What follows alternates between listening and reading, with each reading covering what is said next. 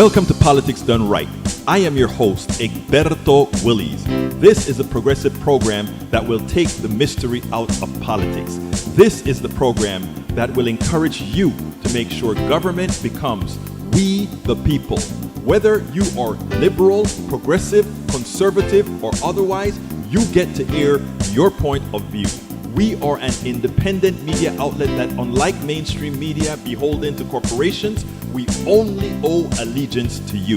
Remember, you can also send me a tweet at EGBERTOWILLIES. That is at Egberto Willies. Let us engage. It is Politics Done Right. Well, folks, welcome to one more edition of Politics Done Right. I'm Egberto Willies, your host. Thank you so kindly for being a part of the show. We're going to have a great show for you today. ¿Qué vamos a tener? Well, hey, Rodnan is in the house. I thought you were going to be out, buddy. Let's see what he says. Egberto got home from the dentist a few minutes ago. Was actually expecting to be late today. Anyway, I've got a couple of long ones plus an image for the screen. Okay, we'll get to that. Welcome aboard. Who's here with us so far? Yvette Avery Herod says, I saw how to send stars today. Whoop, whoop. All right, thank you, my friend. Melanie Keelan says, hola, ¿qué tal? Y yo te digo también, mi amiga Melanie, ¿cómo está usted también? The 7 Minutes with Q podcast is in there. He says, yo, what's up? I don't know. Yo, what's up? All right, Bridge MCP is in the house. Paul Fleming is in the house. Alistair Waters says hello, everybody. And we also have, ¿quién más está aquí? Para ver. Peggy Lopez, la preciosa con el pelo rosado. The beautiful lady with the pink hair is in the house. We have Trish Robinson. Hi, Egberto. You know I'm here to discuss healthcare. You go, girl. I'd love to hear that stuff, man. I got two stories for you. I'm going to start with the first one. That's actually a positive story. And then the second one is going to be the one with Chuck Pinaccio. You guys know Chuck is with One State Solution. But it's great hearing from you, Trish. Great to hear from you. Great that you're doing fine and that you're able to be here with us. Muchísimas gracias. We also have Deb Denny who says, hello, Deb Denny. I should have called out Deb and Bridge first. You guys were the first one to post something online. But anyhow, let's start with Michael Rudden, which says, The Guardian UK.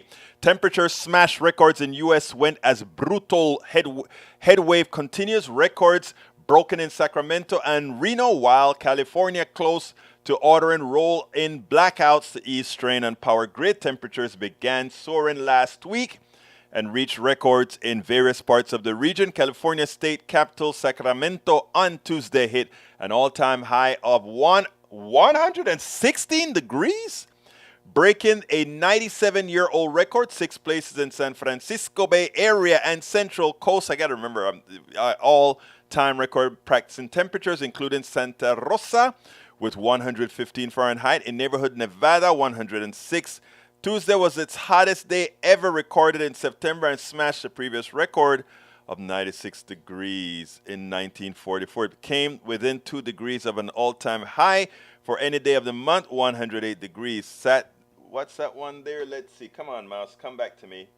Let's see what else we got here.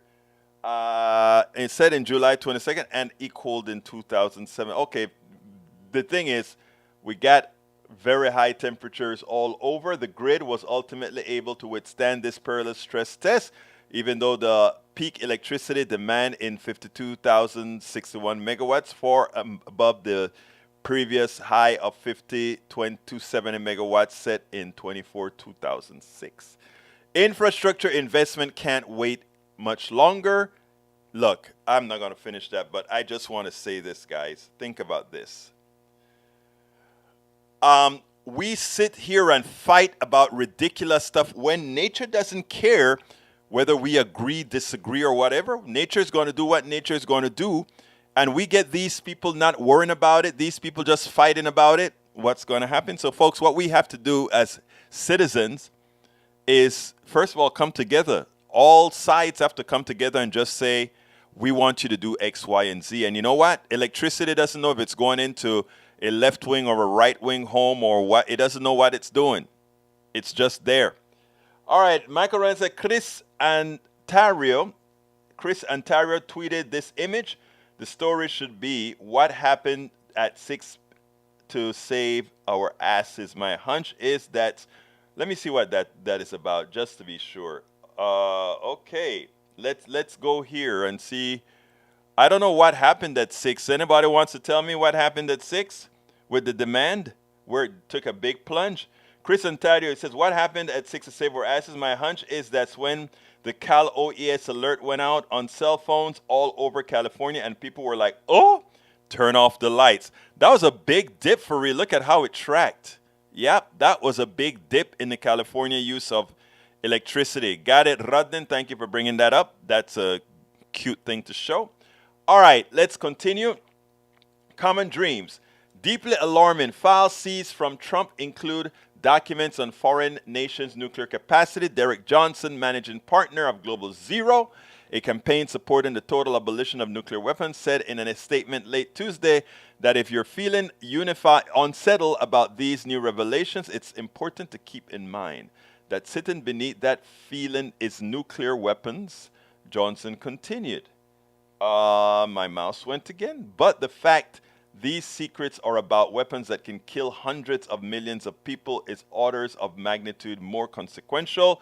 Nuclear weapons expose Americans and the world to unacceptable high and, as we're seeing tonight, unpredictable risks. That part of the story can't be overlooked, and it's what makes it alarming. It's always worth noting that the man who carted off state secrets on a foreign nation's nuclear capability is the same one who had absolutely authority to launch a nuclear attack at any time and is doing everything he can to regain power. There's 3 possibilities serious regarding Trump's flippant disregard for nuclear weapons. Trump left our allies' nuclear capabilities out in the open as our allies coordinated their strategy and posture that gives away foreign policy intent. Result being, our allies will no longer believe our nation can keep secrets. 2, Trump let our rival nations' nuclear capabilities out in the open. This has the potential to get back to those nations will know about them, potentially revealing means a methods, including any confidential informants we have in their ranks. This would be almost the most damaging. Trump let a nuclear developing nation progress towards building the bomb out in the open. Nearby nations who might not want that country to get the bomb might start a war over in order to delay the degrade an outcome. Continue. Look, what Trump is doing is abominable. And every Republican as well should be coming out and saying how abominable it is. Unfortunately, they won't because, again, ideology and peer pressure is keeping too many of them well, you know what? At least we have some good ones that are out there trying to do things. All right, let's see. Thumbs up, everybody. If you're on YouTube, please remember to give us those thumbs up. Please. Para ver. Okay, let me see if I have any more to get to before I get to the first video. All right, Bridge MCP says, Michael Rundin, it's about homosexuality. Let's see, what was that about? Notorious judge rejects coverage of groundbreaking HIV drugs. I'm going to be talking about that, Bridge. A federal judge in Texas has ruled that a provision of the Affordable Care Act that mandates free coverage of certain drugs that prevent HIV infections violate the religious belief of Christian-owned company. The litigation has been spending for more than 2 years. A group of Texas residents and employers filed suit against ACA's preventative care mandates. And the judge, so it's a judge in this circuit, this conservative circuit. All right, Eric Hayes says, question, had the lady that got violently kidnapped on Friday been carrying a gun while jogging, do you think she would have been deceased now? Yeah, the guy would have probably got her from behind before she could get a chance to use her gun, and then used her gun as a weapon on her. So, you know, the silliness of thinking that guns are the answers to everything is just that. Silly. And you know what doesn't show that it's a solution? Reality. Reality is we are the most armed country in the world. And we still have rape and all these things occurring to both armed and unarmed people.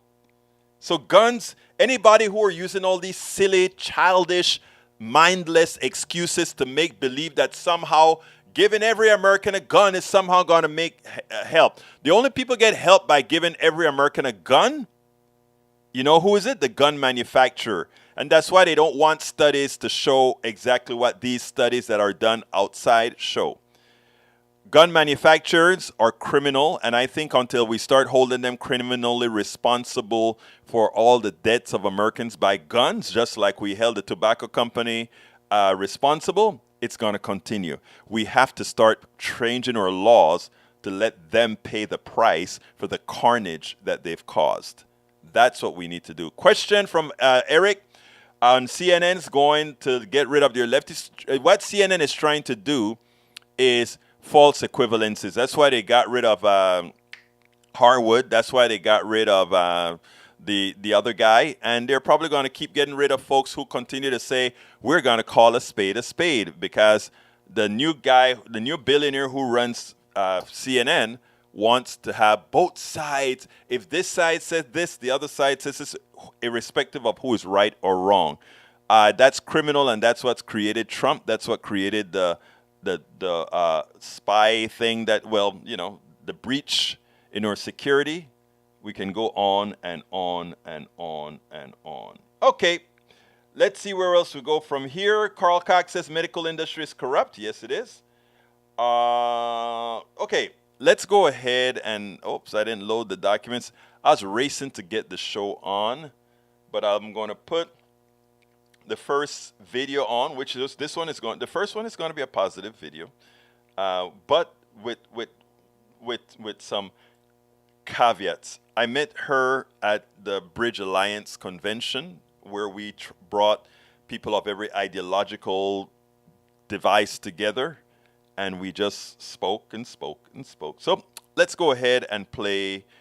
Well, let me get the other interview loaded as well. And then let's go ahead and play the first interview. Let's go now.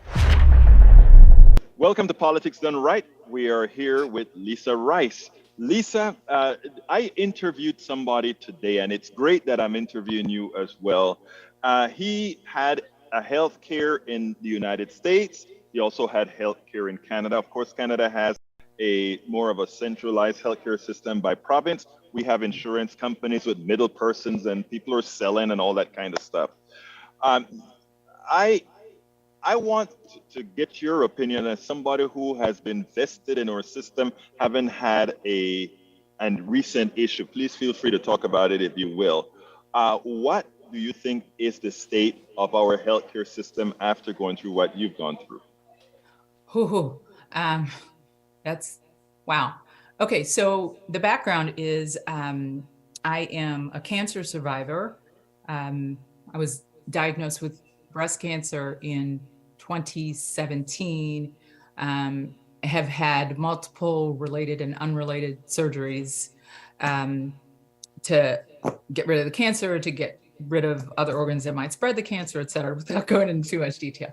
But I am lucky. I am not independently wealthy, but I have health insurance, really good health insurance. And so I was able to pick and choose my care teams. And I'm very picky. I interviewed 4 different care teams at 4 different hospitals before I decided on the care team I wanted. So I make no mistake in understanding that I'm very privileged, very privileged. I'm the vice chair of the board of directors for the National Coalition for Cancer Survivorship. And I happened to be at a dinner just last night with several ambassadors that we have. And these are volunteer advocates from all over the country, and we are funding them because they have programs that they've created in their minds, and they've come together, and we're going to help send them on their way with their funding to build these programs. And I sat by a woman who had been diagnosed with metastatic breast cancer, and she was saying that she lost her care team when she moved to a different state, and she can't see the scans because in Nevada, they don't have they don't have the same level of requirement for clarity of scans. So the scans that she's receiving in Nevada aren't even clear enough for her provider to understand. And she has health insurance. But but we have so many people that don't have health insurance. We have so many people who are the state. What was your question? Like, I get really I want you to continue because you're right on point. I keep telling that story. Because I'll come in after. I mean, the state of our healthcare in this country it's miserable, unless you're independently wealthy. And even if you're independently wealthy, if you don't have an advocate, you could be getting substandard care, but you're just writing a check for it and think you're getting the best care. One of the reasons I wanted that is you have good health insurance, and not only do you have good health insurance, you had good outcomes because you were able to select a team. You realize that you're a privileged person in being able to have all of that. Absolutely. And realize that you're in less than a 10% of what America has. And you, as an individual, acknowledges that we do have issues with our healthcare system. Are you an advocate for something like Medicare for All? I can't speak to Medicare for All because I haven't really studied it, but I will say, Medicare as the coverage system, I'm not familiar enough to say that. I will say that I want every person in this country to have access to healthcare. Is that Medicare? I don't know. I don't know the mechanism, but I believe that everybody in this country should be a healthy body. Lisa Rice, thank you so kindly for being on Politics Done Right. You're welcome. Let me tell you the purpose of bringing somebody that has perfect health insurance in this debate. Believe it or not, the group of people that most prevent us from going to a system like Medicare for All, one that supports everyone, are the people right now who think they have very good insurance. As you can see, Lisa had such good insurance that she could pick and choose the team that would give her care.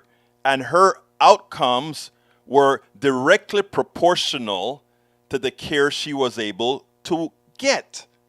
Most Americans, most women that went through what she's gone through, because I've known many of them, their HMO, their PPO restricted their choices, restricted their drugs, restricted their ability to do all that was right for their care.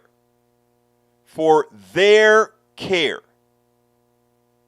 Unfortunately, the same people who are getting good care right now, too often, that is usually the target of the healthcare industry in turning them against Medicare for All or Healthcare for All or whatever you want to call it. Now, she's not the type who knows about the Medicare for All. No, so she should. We should have done a better job that somebody like her would also know, because she's a strategist. Somebody like her should know what Medicare for All is, etc., etc., etc. But the fact that we can start getting people who have or who believe they have the perfect health care to say, yes, I want everybody to have the health care that I was awarded. I want all to have the health care that I was awarded. Eric, hey, good deal, Breach. Let's see what else. Let's see some responses we got here. My sister has, Breach MCP says, my sister has a rare form of cancer, so rare it's not really studied, a 20% survival. Her employer let her stay on the insurance, then cut her ear off. Pig money for everything. Why did her... Breach says, but now 2.5 years. Chemotherapy, 2 weeks. She was declared cancer-free. Again, she had some options. Trish Robinson says, that's great, Bridge, in response to Bridge. Melanie Keelan says, everybody should have a healthy body. And the great thing about it, Melanie, is you know about that. You are in Spain. Guess what Spain has? Healthcare for everybody. Everybody has good healthcare in Spain. You know, I mean, it may not be that the higher end can go to a Cadillac hospital room, but they have great healthcare. You know, continue. Carl Cox says free universal health care for all Americans is the best policy for all Americans. Letting the healthcare industry and insurance companies make windfall profits on the backs of Americans is wrong. It's anti-life. It is criminal. It is immoral. It costs more, and it turns your health issues into something for the state, into a profit, not for the state, into a profit center for the evil. All right, let's go now with Chuck Pinaccio, and then we'll go ahead and take this on the other side. Welcome to a live edition from Politics Done Right at Netroots Nation 2022. Today, once again, we bring you one of the great activists out here. We have Chuck Pinaccio out of Pennsylvania, right? Yes. Welcome to Politics Done Right. And you are the leader, the director of One Payer States, correct? Correct. OnePayerStates.org. OnePayerStates.org. First of all, tell us a little bit about yourself, and then we'll go into One Payer States. Sure. Yeah. Great pleasure to be with you, Egberto, here in Pittsburgh. I'm living here now, actually. Sharpsburg, just across the river. Great working class town. Really sweet people in this area. It's wonderful to be at Netroots Nation, to network, get to know other folks, and building the power that we need to win. Right. So One Payer States is it's an organization that has been around since 2009. Mm-hmm. We formalized our group as a C4 organization, as a political organization, 4.5 years ago. And we're geared up to winning universal health care at the state level. We'd like to get it adopted 1, 2, 3, 4 states, model it as a successful program, and then go national with it. Similar to the way Canada got to single payer. One province at a time. That's right. Started in Saskatchewan. Right. All the other provinces looked at it, jealously said, we want to do that too. Right. Healthcare for everybody. Right. Cheaper, better, helps the economy, helps people. So it's really a very powerful movement that we've got involved here. You know, it's interesting because we're behind the curve. You know, one of the things I think with our country is that we have a tendency, because we have this innate feeling of exceptionalism, right. We think we have to be the originators of everything that's good, when all over the OECD, that's these industrialized nations, we've seen that they all have some form of one payer, single payer system in some form or the other. That's right. That is successful. And, you know, yesterday, Chuck, I interviewed a person from Canada who naturalized American and moved back in his older years to Canada for the healthcare. And I asked him specifically if their system was better. And he said, I wouldn't talk about systems being better. As an engineer, we just speak about the different issues. And then I said, how do you judge better? And he said, well, I don't know. And I said, well, I judge better based on the outcome of the population in general. And every single of these countries have not just a small better outcome health-wise, but economic-wise for all their citizens. So the job that you're doing is very important in educating folks doing it. So what is your plan as far as getting out there and making sure that this comes from the bottom up? Because the top down, it'll never happen. Right. Well, we do need to create a mass movement, and that involves connecting all generations, all issues, and all policies, social justice policies. So it's not just healthcare justice, actually, that we're talking about. Right. That's our lead issue. But it also has to be about health justice. Mm-hmm. And health involves policing, it involves climate, it involves quality jobs, neighborhoods, access to quality food, education, all issues. We need to bridge all of these.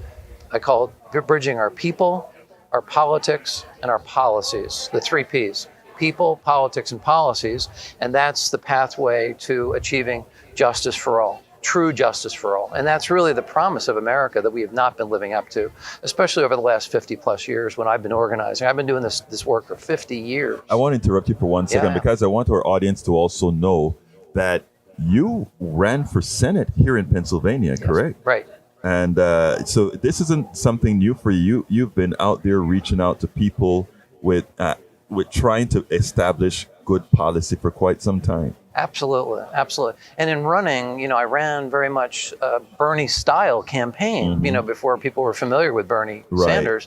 But I was a Bernie-crat before it was a thing. Right. And running an issue-centered campaign got people very excited. Right. We created a grassroots movement, not only around my Senate race, but that evolved into what is now Healthcare for All Pennsylvania, which then evolved into One Payer States, which is a coupling of all of the state organizations, 22 in all, that are working on achieving universal health care at the state level.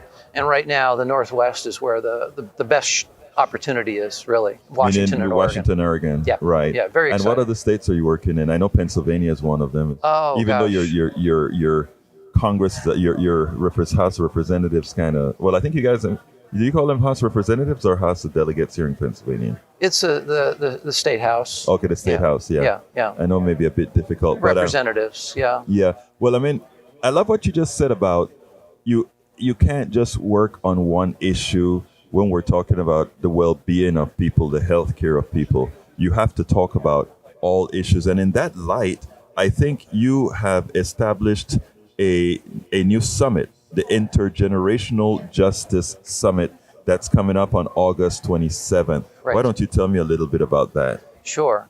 The Intergenerational Justice Summit, it's not a one-off event. This is it'll be a recurring event every 3 months or so. Right. And right now it's beginning informally among, you talked about bottom up. Right. It's got to be organic. We have to bring people into the room who can actually see the vision that we have, which again is connecting all of our issues, our people, and our policies. And so this Intergenerational Summit is designed to bring in a whole diversity of folks across generations and race, class, gender, geography, and bring them all into the same room to have this conversation. And it all centers on shared values. Express what you think about. What do you express as shared values? What are shared values? It's about love. It's about compassion. It's about caring for each other. Really, it starts there. I mean, I reference it as radical hospitality, radical hope, and radical love. And that means hospitality is our hearts are open and we're welcoming of everyone in the conversation. We're not judgmental. We're here to listen, intentionally listen to people and their concerns. And what ends up happening is the conversation always swings back around to, wow, I didn't realize that you had those issues, those concerns. But then suddenly you realize the connection, the human connection is the most powerful thing that we have going for us. So radical hospitality, radical hope in a time right now when we have to admit, that we're in a world of crisis. We have got to admit this.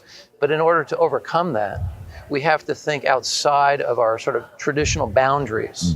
Conventional politics are just not working. Our institutions are broken in this country. We have to figure out a way to build mass movement and power to get our political leaders moving in the right direction. And if they're not moving, we need to replace them. So, and in doing so, we have to be creative, very creative. So I'm really thrilled at the work that's being done, especially among younger folks who are willing to engage in occupation efforts to actually sometimes shame politicians into doing the right thing. And it does work. Love, compassion.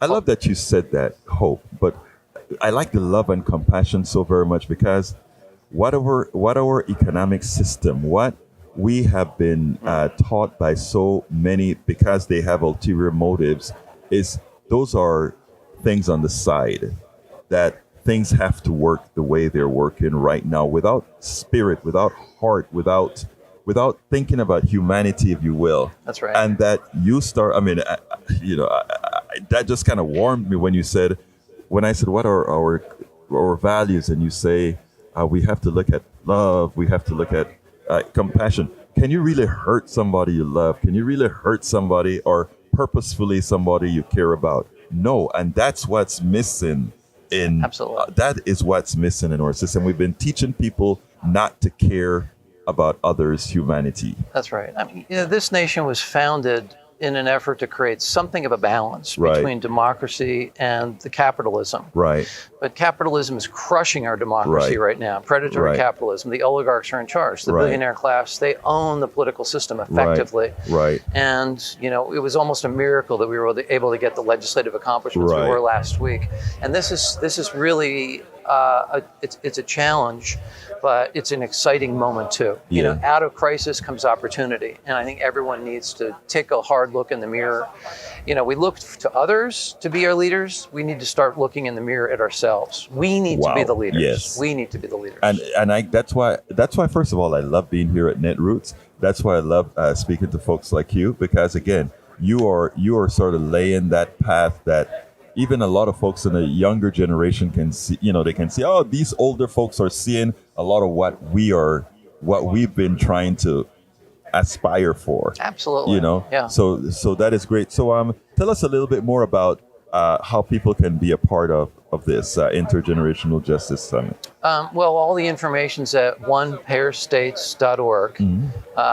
And it's a virtual event, and we have a Zoom room capacity of 1,000 people. Right. So it shouldn't be a problem. Right. Yeah. So, people who believe in the concept of universal transformative justice, which is delivering what we need, not just what we want, but what we need, just fundamentally to go forward as a society, to heal ourselves as a Right. society, and to believe again in the American promise. That's really fundamentally what this is about. But connecting younger people, in particular, the millennial generation, Gen Z generation, are the most progressive Right. generation in our history. Right. And yet so many of them are disaffected, feel like the system is broken, it's not working for them, and who's to argue with that? It's not working, and it is broken. Exactly. Well, folks, please go to onepayerstates.org. Onepayerstates.org. And yes, Chuck is asking you to visit with them at the summit, but that's a few days. We want you to make onepayerstates.org a part of where you visit for us making change. Chuck Panacchio, thank you so kindly for having been on Politics Done Right. We hope you enjoyed that. Anyhow, thank you for that teaser. Melanie Keaton, Clara Valverde writes about this in Necropolitics versus Radical Compassion. That sounds like a darn good read. Love the conversation going on between Bridge and Trish about surviving breast cancer. And there's one part of this that great. Give me some context. If you have better context than I do for her, Melanie, I would love to do so. To interview Miss Valverde, that is. There's something that in looking at the conversation between Trish and Bridge MCP that got to me, because Trish was talking about getting good care, and Bridge and her folks got good care, and to hear this last line, "Good for you." It's not that they want, or rather, Trish is claiming that she feels terrible for people who wait, and Bridge says, "Good for you," but it's not that they wait so much as they cannot get the help. We hear a lot of folks when we talk about Medicare for all and healthcare for all, etc. We hear a lot of people say, "Oh, but if you think about Canada or all these places, there are waiting lines, all of that." None of that is true, right? The waiting occurs for non-essential, but if you have something like breast cancer diagnosed, you're getting into the system right away to get that taken care of. There's no waiting to see a specialist and all that kind of stuff at all. I gave you guys that interview with Mr. What's his name? Can't remember his name right now. But Usumeri, with Mr. Vic Usumeri. He came on here and he told his story about living under the American system and living under the Canadian system. Basically, the Canadian system, you stay alive. The American system, you die. When Trish is talking about feeling sorry for those who couldn't make it, and we go ahead and talk about those who can't make it, because we ration, but we ration in an even more evil way, right? We simply don't give health care. We let them fill out paperwork after paperwork, knowing that some people will just get tired of filling out the paperwork and throw their hands up in the air and leave themselves God knows what device. Or others, for the amount of time that it's taken them to get health care, would just outright die. And that's the expectation. I remember when a politician went on, the guy that I interviewed here several times, can't remember the name of the politician. He pointed out the fact Republicans want you to die quickly, and that is a whole scenario behind the American healthcare system. They want to ensure you. Alan Grayson, that's the name of the person. Alan Grayson. I wonder if I can find that thing. Thank you very much for pointing that out. I've got that on my site, but I just found it on the internet, and let me go ahead and play that for you, because I think it is so important for people to see this.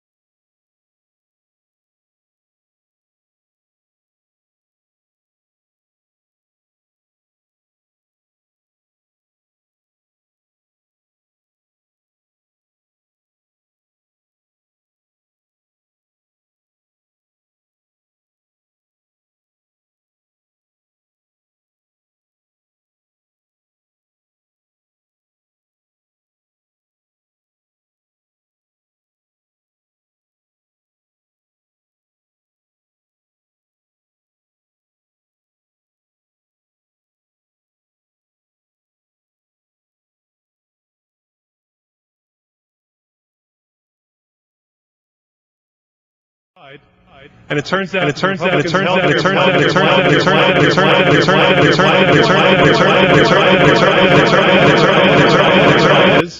and it's my duty and pride tonight to be able to announce exactly what the Republicans plan to do. For 5 minutes.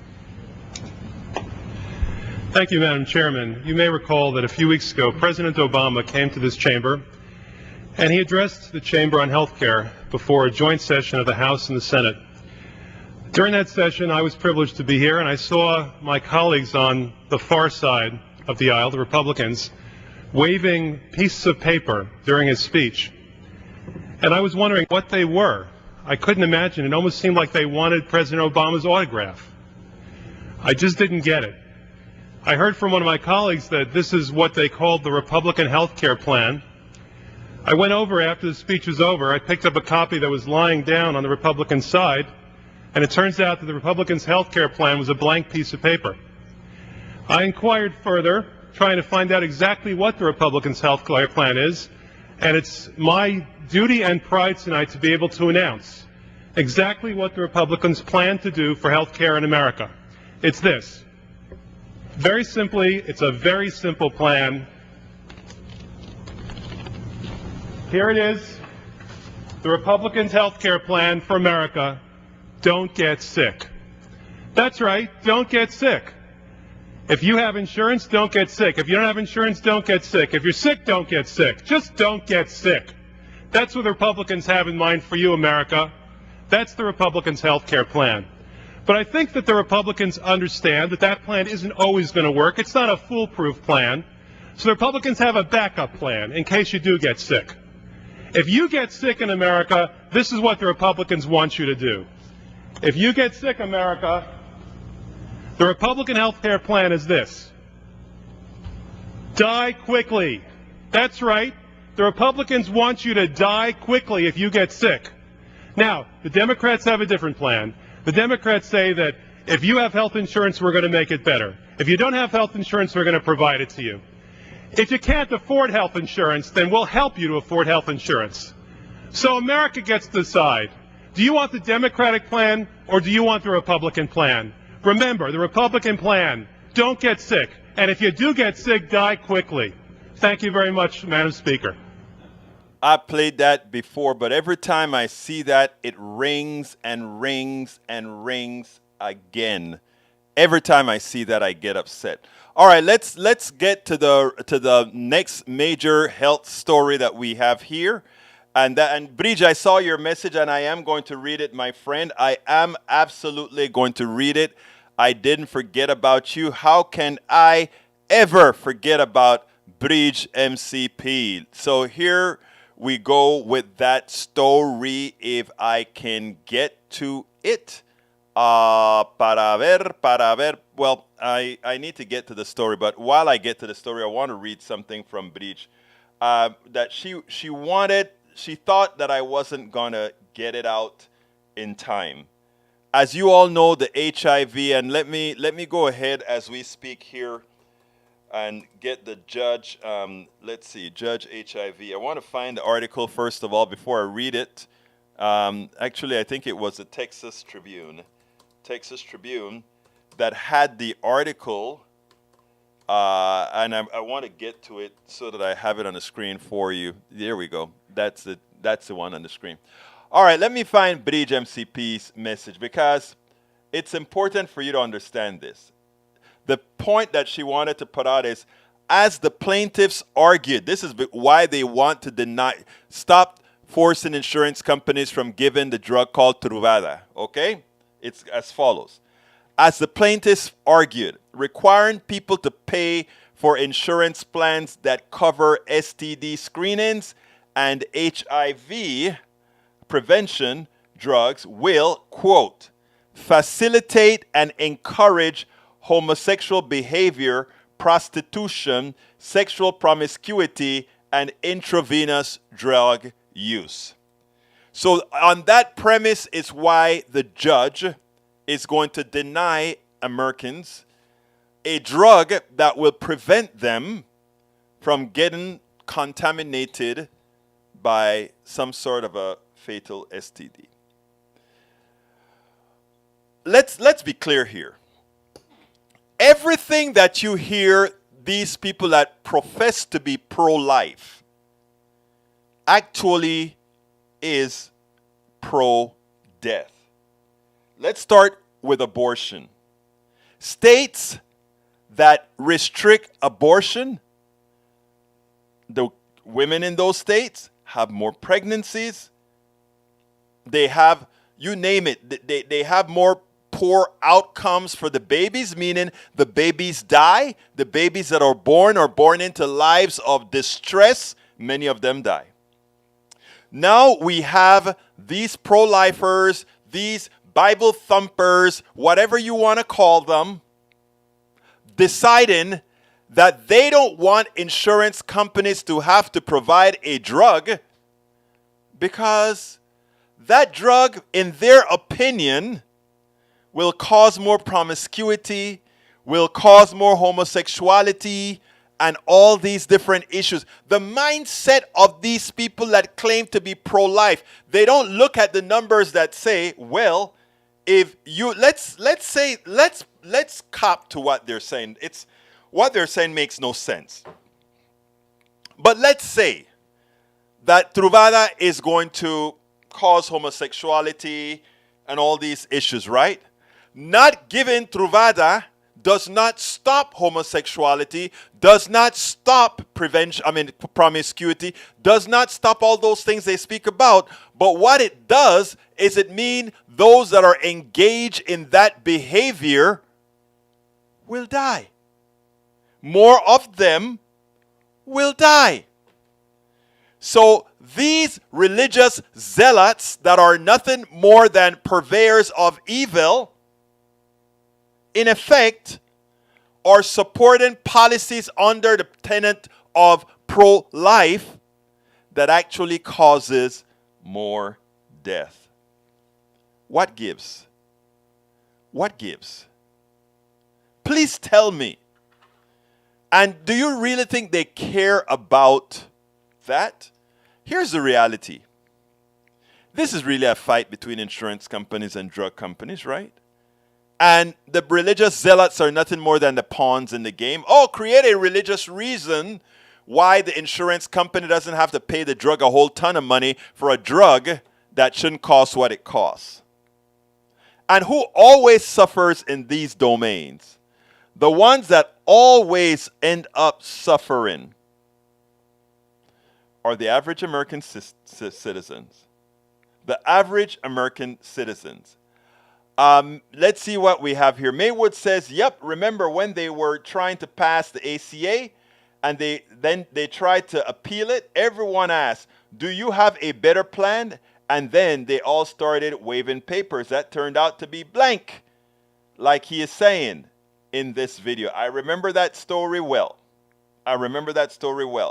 Bree says, these religious nuts seem to be really into sex. I mean, there are some states that still have laws on the books to not have sex with sheep. Now, if they had to make a law like that, what does it mean? But you know what's so interesting? You take a look at what goes on in the evangelical movement. You take a look at what goes on right here in Ed Young's church, who has a lot to say about progressives and liberals and all of that, right? But they won't prosecute the pedophiles that's pastoring in these churches. There are they won't allow registries to follow these pedophiles, but yet they're worried about Truvada being able to be prescribed to people. Folks, we have to speak up. We have to tell the stories correctly, because what happens is this. Oh, they go to church on Sundays and they tell the story. We don't want promiscuity. We don't want homosexuality. We don't want these things. So these drugs are going to, and they create this alternate state of reality without pushback, right? And what is the pushback to these evangelicals? These evangelicals are killing people. These evangelicals are killing women. These evangelicals are doing these things. And we have to point out the other side. Otherwise, people think, oh, yeah, they may be strict, but you know, they're Christians and they want to save lives. No, they're evil. They're causing the deaths of people. And we have to articulate it that way. As long as we just let it pass, their evil will continue. Peggy says, proof death rather than medical care. I thought that this is a capitalist country. Well, you know, it is a capitalist country. And when your source of production is no longer productive, they generally get rid of it. A sick human being is a productive a unit of production that is malfunctioning and that actually costs the capitalist society. So remember that sickness, a sick body, just like when you had slavery, right? The reason why the slave owner wanted to either there were several things that were occurring. They wanted to get rid of the rebellious ones that may infect the other slaves to let them fight for their freedom. So that's why they castrated them, killed them, and did the most evil thing to their bodies. They created the definition of evil, those slave owners. Now, they also wanted to keep them fairly healthy so that they could still do a day's work. But if they couldn't do a day's work, and they were rebellious, the only thing good for them is death. Because otherwise, in a capitalist society, they're just costing. In a capitalist society, they're not humans, they just cost. And you know, all these great folks that are running around the place trying to protect capitalism and try to say capitalism is freedom, forget that most important tenet. If you are a sick person and somebody can't make a profit off of you. Now, a sick person, a hospital can make a profit off of you, but you cost an insurance company money. Who wins? I know who will always lose. You. Unless we change our system into a system that is worthwhile. All right, we have Bridge MCP says most of these churches have huge sexual accusations with children and men with boys all the time. Evangelical movement purity promises no sex until marriage. Those girls were 4 times more likely to engage in anal sex and 6 times more likely to engage in oral sex. And, again, consequences. Melanie says, I lost my best friend on July 1st, raised upper middle class. He died poor and much too quickly. Sorry to hear about that, Melanie. Sorry to hear about that. Paul Fleming says, I think we lost our Trumpists from the show today. No, maybe they're just too embarrassed to try to create a defense where there's no defense. Trish Robinson says, I also lost my best friend 10 years ago because she had no insurance and was ignored by the healthcare system. It was such a tragedy. Carl Cox, capitalism works only for the mega rich corporations, no one else. Yeah, that's true. Bridge MCP says, who remembers the movie Solvent Greens? A nightmarish futuristic fantasy about the controlling power of big corporation. And I don't remember the movie. I remember the name, but it's probably one that I need to see. Folks, it's on Prime Video for rent or buy, $2.99. I just saw it on the list right here. So, yeah, so it's on Prime Video. Let's see. Yeah, para ver.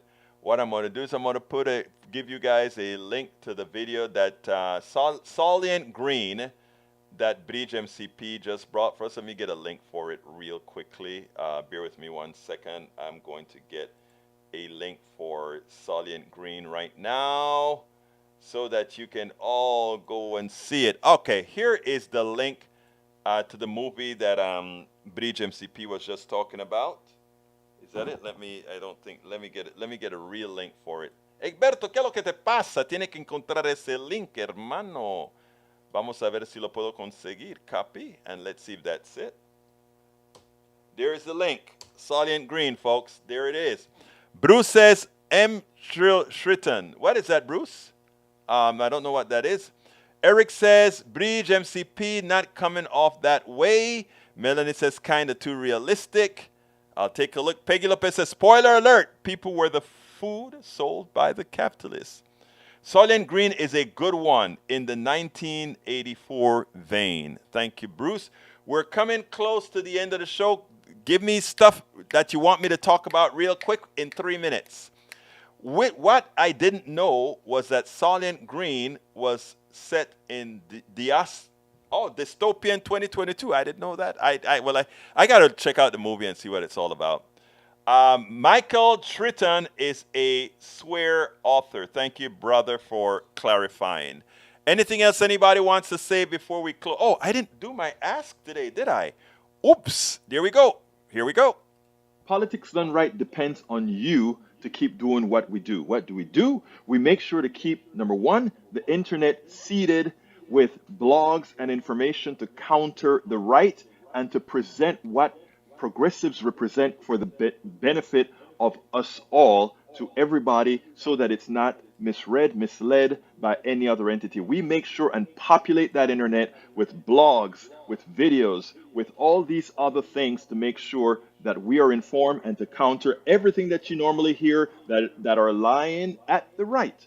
We also make sure to create articles in magazines, articles in newspapers, all around the country to ensure, again, that our message gets out there. Last but not least, we also write books. As you see it, Class Warfare, the only resort to right-wing doom, How to Make America Utopia, are two of the many books that I've written on these issues. So please support us in one of many ways. Numero uno, you can support us at PayPal, either one time or monthly. Go to politicsdoneright.com/PayPal. You can support us on Patreon. That is politicsdoneright.com/Patreon.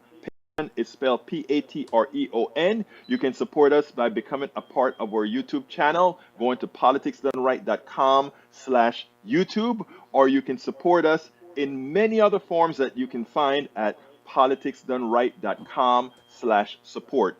Be sure to visit our store, politicsdoneright.com/store, and get our books at politicsdoneright.com. Hey folks, we are in power failure mode right now. I hear the backup is about to go out. All the lights are out because we are having a power failure. Folks, we're having a power failure. I think I'm still transmitting. It seems like because we're in a backup power system here, but that's only going to last a few seconds. So what I want to say is thank you so kindly for being here. Thank you for that super chat, Bridge MCP. Thank you for that super chat. You guys are wonderful. I simply could not do this without you. I know these computers are going to go down in a few seconds. So my name is Egberto Willies. This is Politics Done Right, and you know how I end this baby. I am what? Out!